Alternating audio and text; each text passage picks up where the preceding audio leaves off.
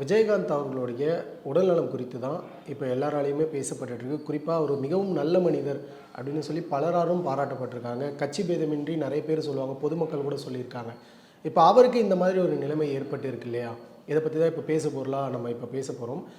குறிப்பாக வந்து இந்த திராவிட கட்சிகளால் விஜயகாந்த் எப்படி வீழ்த்தப்பட்டார், இது ஒரு சதின்னு ஒரு பக்கம் சொல்கிறாங்க. இன்னொரு பக்கம் அவருடைய சுயலாபத்துக்காக போனார், அதனால் வீழ்ந்துட்டார்னு ஒரு பக்கம் சொல்கிறாங்க. இன்னொரு பக்கம் நல்ல மனுஷன்ப்பா, இப்படி எதிர்த்து பேசிட்டாருன்றக்காக இப்படி பண்ணிட்டாங்க அப்படின்ற மாதிரியும் ஒரு பக்கம் சொல்கிறாங்க. இதில் எது சார் உண்மை?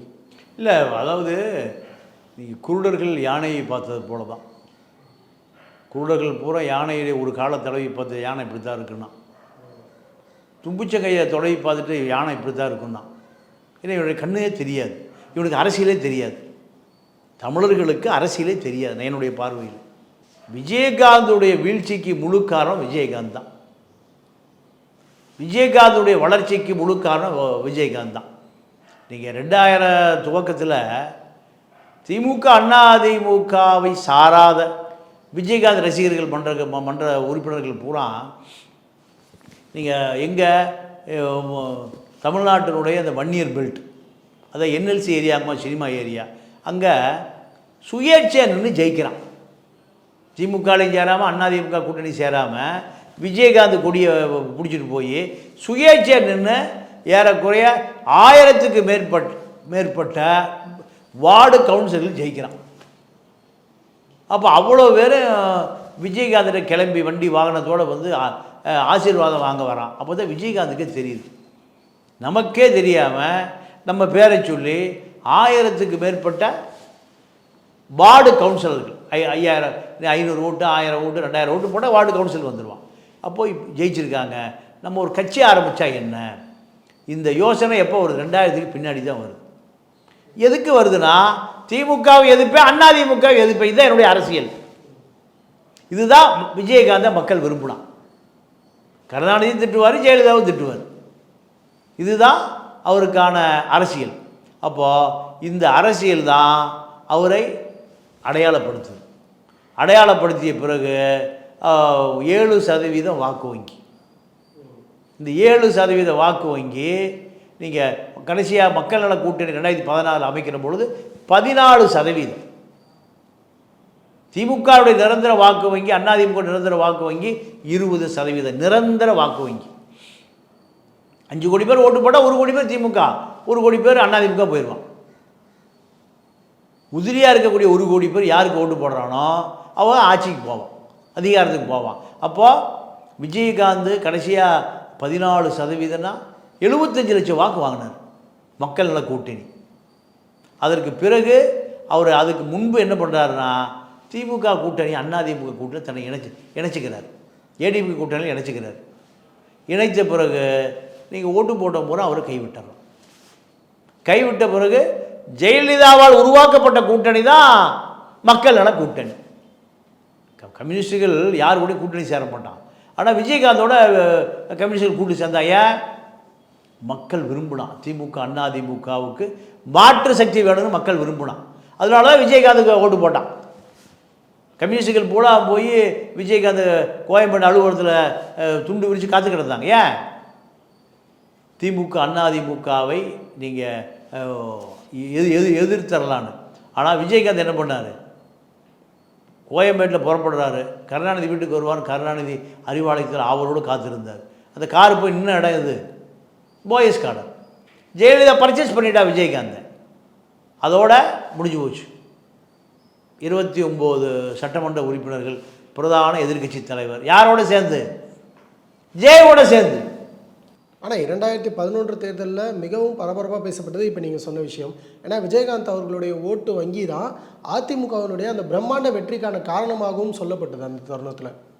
இல்லை, அதுதான் விஜயகாந்த் அதிமுகவோடு போகாமல் தனித்து நின்றிருந்தால், கடைசி வரைக்கும் தனித்து நின்றிருந்தால் விஜயகாந்த் ஒரு தமிழ்நாட்டில் ஒரு அசைக்க முடியாத சக்தி. நீங்கள் 2016 தேர்தல் இருக்குல்ல, 16 தேர்தலையே விஜயகாந்த் தனியாக நிற்காமல் ஏதாவது ஒரு கூட்டணி சேர்ந்துருந்தாருன்னா ஒரு 25 எம்எல்ஏ வந்திருந்தா, திமுகவும் மைனாரிட்டி, அதிமுக மைனாரிட்டி, 2 பேருக்குமே ஆட்சி அமைக்கிறதுக்கு யார்கிட்ட வந்து கெஞ்சணும்? அப்போ தேமுதிக யாரை விரும்புகிறதோ அவங்க தான் ஆட்சிக்கு போக முடியும். ஜெயலலிதா புத்திசாலித்தனமாக என்ன பண்ணிச்சு? விஜயகாந்தை பர்ச்சேஸ் பண்ணிருச்சு. 1500 கோடி ரூபா கொடுத்து விஜயகாந்தை பர்ச்சேஸ் பண்ணிருச்சு. இதுதான் உண்மை நடந்தது. 1.5% தான் அதிமுக ஜெயிக்குது. 2016 தேர்தல் எத்தனை சதவீதம்? திமுக அதிமுகவுக்கு 1.5% தான். இந்த 1.5% யாருடைய வாக்கு வங்கி? விஜயகாந்த் கூட்டணியெல்லாம் சேர்ந்து எவ்வளோ ஓட்டு வாங்கினா? 14% வாங்கினான். இது ஜெயலலிதாவுடைய ஸ்ட்ராட்டஜி. நீங்கள் பிரசாந்த் கிஷோரோ சுனிலெல்லாம் ஒன்றுமே இல்லை டுபாக்கூருங்க. ஜெயலலிதா தான். ஜெயலலிதா இருக்க வரைக்கும் சுனிலோ பிரசாந்த் கிஷோரோ பக்கத்துலேயே போக முடியலையே. ஜெயலலிதாவுக்கு தெரியாத ஸ்ட்ராட்டஜியா? எங்கே யாரை எவ்வளோ கொடுத்து அடிக்கணும், யாரை திமுக எதிராக கொம்பு சிவனுங்கிறது பூரா ஜெயலலிதா பிறவி அரசியல்வாதி அல்ல. அந்த அம்மா ஒரு சினிமாக்காரி. ஆனால் தமிழ்நாட்டு அரசியல் அந்த அம்மா எப்படி வச்சுருந்தது? ஃபிங்கர் டிப்பில் வச்சுருந்தது. அதில் விஜயகாந்த் காலி ஆகிட்டார். விஜயகாந்துடைய வளர்ச்சி அதிமுக, வீழ்ச்சி அதிமுக தான். ஆனால் விஜயகாந்த் அவர்களுடைய கல்யாண மண்டபம் அமைந்திருக்கக்கூடிய பகுதியில் திமுக அரசாங்கம் ஒரு பிரிட்ஜு கட்டலாம் அப்படின்னு சொல்லி ஒரு முடிவு எடுக்கிறாங்க. அந்த தருணத்தில் வந்து விஜயகாந்த் அவர்களுடைய கல்யாண மண்டபத்தில் சில பகுதி வந்து பிரிட்ஜுக்கு போகுது. அதை வேண்டுமென்றே செஞ்சாங்க. டிஆர் பாலு வந்து பர்சனல் வெஞ்சன்ஸில் இது பண்ணார் அப்படின்னு சொல்லி ஒரு குற்றச்சாட்டு இருந்தது. அந்த தருணத்தில் தான் விஜயகாந்த் அவர்கள் வந்து அரசியலில் பீக்கில் இருந்தார். இவர் எந்த பக்கம் சாயறாரோ அந்த பக்கம் ஆட்சி அமைக்கும் அப்படின்ற மாதிரி ஒரு பீக்கில் இருந்ததாக சொல்லப்பட்டது. இது உண்மையிலேயே நடந்ததா? இல்லை இந்த கான்ஃப்ளிக்ட் எப்படி சார் பார்க்குறீங்க? இல்லை அதாவது ஒரு கல்யாண மண்டபத்தை இடிச்சுட்டா விஜயகாந்தெல்லாம் ஒழிக்க முடியாது. விஜயகாந்துக்கு அது மாதிரி 1000 ப்ராப்பர்ட்டி இருக்குது. பாண்டிச்சேரியில் வெங்கடேஸ்வரான் மெடிக்கல் காலேஜுன்னு இருக்குது. நீங்கள் எவ்வளோ போகும்? அது ஒரு 5000 கோடிக்கு போகும். 100 ஏக்கர் அவ்வளோ இருக்குது. அதனால் கல்யாண மண்டபம்லாம் ஒரு பெரிய விஷயமா இல்லை. அந்த கல்யாண மண்டபத்துக்கு 2 கோடி ரூபா நஷ்டீடு கொடுத்துருக்கணும். 8 கோடி கொடுத்தாங்க. எத்தனை மடங்கு? 4 மடங்கு அதிகமாக கொடுத்தார் கருணாநிதி. டிஆர் பால்ட்டு சொல்லியா தான் கூட இருப்பார். கருணாநிதி எப்பவுமே ஒரு பலவீனமான ஒரு மனிதனை நீங்கள் எப்போ கஷ்டப்படுறானோ அப்போ அவனை காப்பாற்றி தான் கூட வச்சுக்குவார். கருணாநிதியுடைய ஏஜெண்டுகள் அனைத்து கட்சியிலையும் ரெண்டாம் கட்ட தலைவர் இருப்பான். எல்லா கட்சியிலையும். கருணாநிதியுடைய ஸ்ட்ராட்டஜி அதுதான். அதிமுக உட்பட அதிமுக நடராஜன், எல் கணேசன் 2 பேருமே கருணாநிதியோட தொடர்பு இருப்பாங்க. மதிமுக எல் கணேசன், சசிகலா, நடராஜா 2 பேரும் ஒரே ஊர், தஞ்சாவூர். நடராஜனுக்கு பிஆர்ஓ வேலை வாங்கி கொடுத்தது எல் கணேசன் தான். அந்த எல் கணேசன், நடராஜன் 2 பேரும் யாரோட தொடர்பு இருப்பாங்க? கருணாநிதியோட தொடர்பு இருப்பாங்க. நீங்கள் சிறுத்தையில் ரவிக்குமார் கருணாநிதியுடைய ஆள், பாமகவில் ஜிகே மணி கருணாநிதியுடைய ஆள், இப்படி பிஜேபியில் இலா கணேசன் கருணாநிதியுடைய ஆள். எல்லா கட்சியிலும் 2ஆம் கட்ட தலைவரை தன்னுடைய கட்டுப்பாட்டில் வச்சுருப்பார். ஏன்? அந்த கட்சிக்குள்ளே பாலிடிக்ஸ் பண்ணுறது. ஆனால் விஜயகாந்தை கட்டுப்படுத்தவே முடியல. ஏன்? ஜெயலலிதா அந்த அம்மா தூக்கிடுச்சு. இதுதான்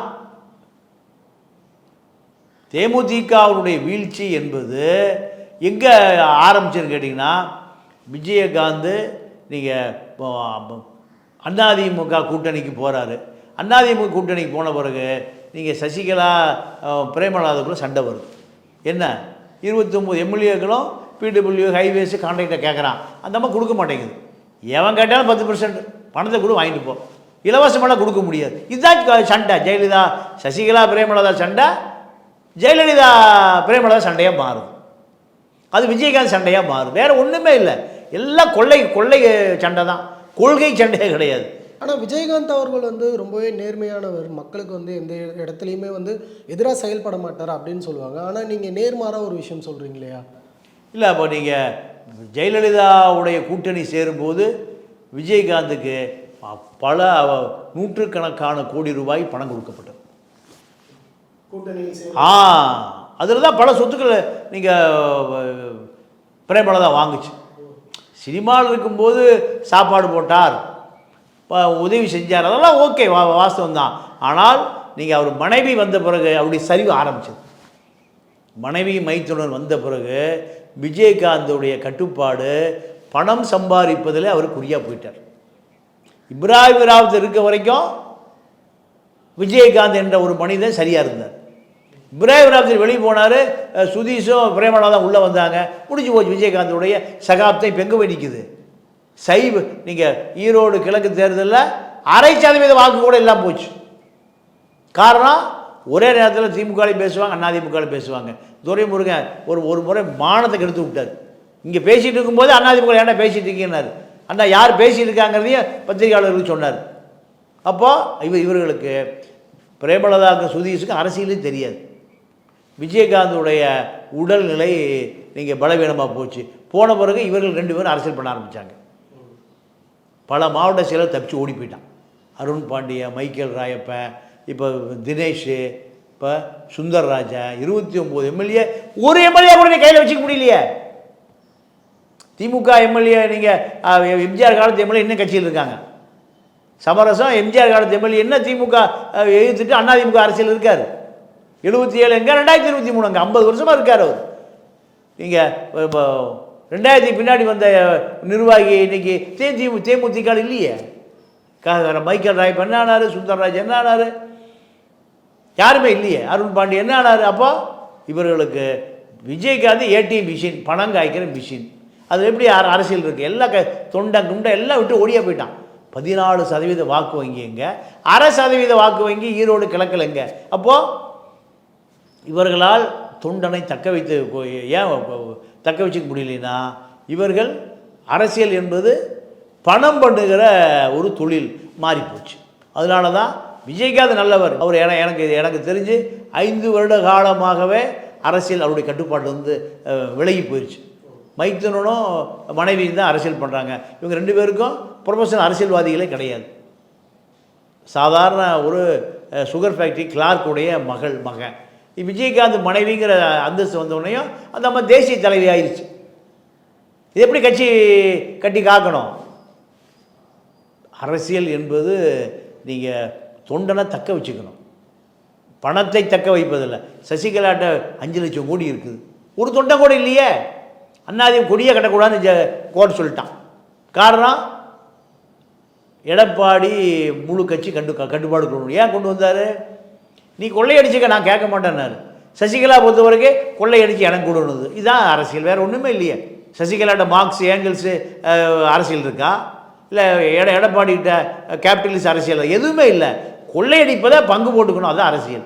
திராவிட இயக்க அரசியலை சசிகலா பொறுத்த வரைக்கும் கொள்ளையடிச்சு கொடுத்துட்டே இருக்கணும் சசிகலாவுக்கு. எடப்பாடி எனக்கு பணமே வேண்டாம், நீயே வச்சுக்கோ. இதெல்லாம் ஒரே நாள் தலைவரானார் எடப்பாடி. வேறு எந்த கொள்கையும் இல்லையே. ஆக விஜயகாந்துடைய அரசியல், விஜயகாந்த் நீங்கள் மனைவியும் மைத்துனரும் அரசியல் அதிகாரத்துக்கு வந்த பிறகு அரசியல் முழுமையாக விஜயகாந்த் கையை விட்டு போயிடுச்சு. இதுதான் இன்றைய தேமுதிகனுடைய நிலைமை. உங்களுடைய நேரத்தை பயன்படுத்தி ரொம்பவே நன்றி சார். நன்றி, வணக்கம்.